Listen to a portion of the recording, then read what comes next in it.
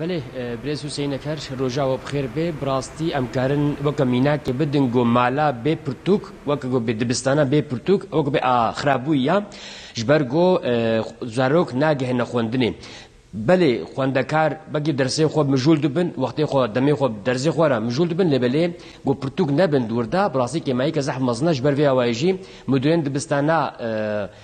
و ناکه گوگرک نهاک ام پرتوکی که پرتوخانه که آوا بکن نهاک الوده و گول هاویردوری مش بینن نهاک 5000 پرتوک الفر هاتن بجه کرن و خواندکاری وید بستای نزدیک 600 خواندکاریش ده نویده خود گهجنا و پرتوکا و بود کیف خوشی و پرتوکی خود خوینن و گوت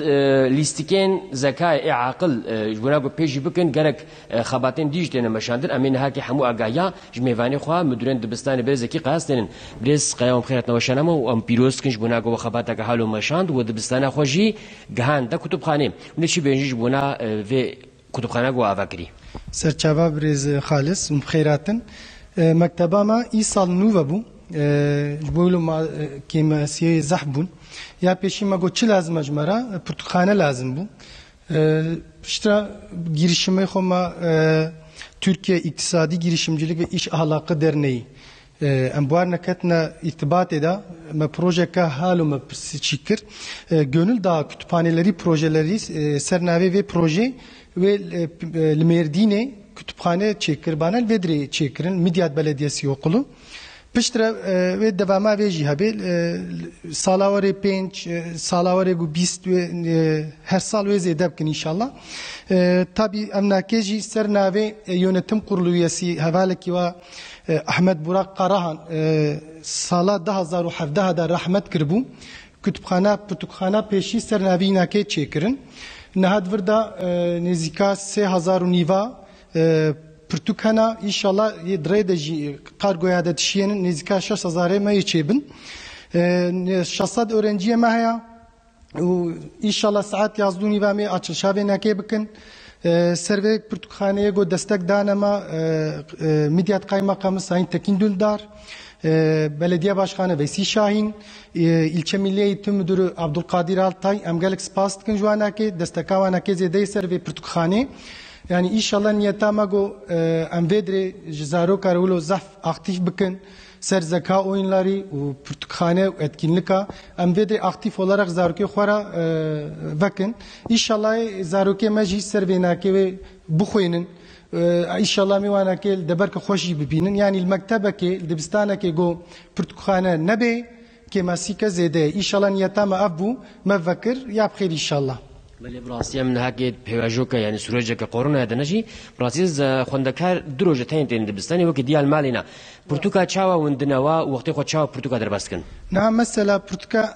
هفته دروجه grup تین her ten derse ki sınıfa kitinin. Mesela sınıfa kitin tabi gora pandemi kuralları çerçevesinde Pürtüke xotxoyinin saatteki ev txoyini des ev uxta xalas be dersadi zaruke me istifadite. Ulu İsrail'e temas nina pandemi kuralları çerçevesinde zaten winaki hem haltkin her saat sınıfa kitel vedere Pürtüke xotxoyini udiçe. راستی خواندن زاف گرینگه یعنی مهمه جبونا جیانا مروفا جبونا خواندکاری وی تاخی چقاسی باشی بو جبونا گو اف پرتوک وکر نه کی پرتوک کارن ببینه مالی خو بخوینن یگو بخوازه ببی یگو بخوازه جیل بدری تت خوینی ام بدری سر سیستمی قاید دکن یگو بن یگو چند خوینن پشتر سنه سونی ام چیتکن یگو گلکات خوینی کی گلک بخوینی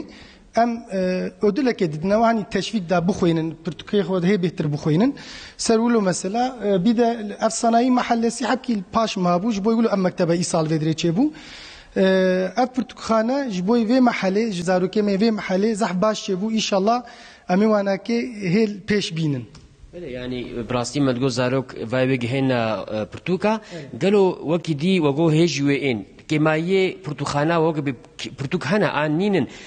برز حسين أكرج قوت قالوا وقفا برتخانة والكدرة إنا أفكرن وناف قوتن ناف شيء مردين يجود إنا أفكرن. نهاد البروجي ده أفدر يا بشي أفدره سر gönül دا projeleri ya duacı gönlava merdine piştel şırnaqi haya tabi ve hediye ve derbaskin bir için hatta çend haba yani ya proje peşi evdera جبولو ام gelek spas dikin ji ware Türkiye iktisadî girişimcilik ve iş ahlakı derneğiyle yani em jî em destekê dinewa me gotibû me em jî buwerene gönüllü olarak em jî hûn her ne ku derê em jî me buwerin destekê dinewaneke yani. باشه ایرو اونه وکنجی بخیر ساعت 11 سر خیره به مالا واوا Ya vajî ser çava hatin gelek spas dikim.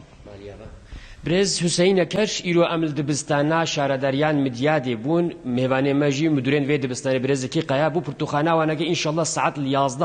و به امجی امد به سر خیره به همش بونا خوانده کار همش بونا مالباده و همش بونا نافچه و دیسه گوتین در ناونده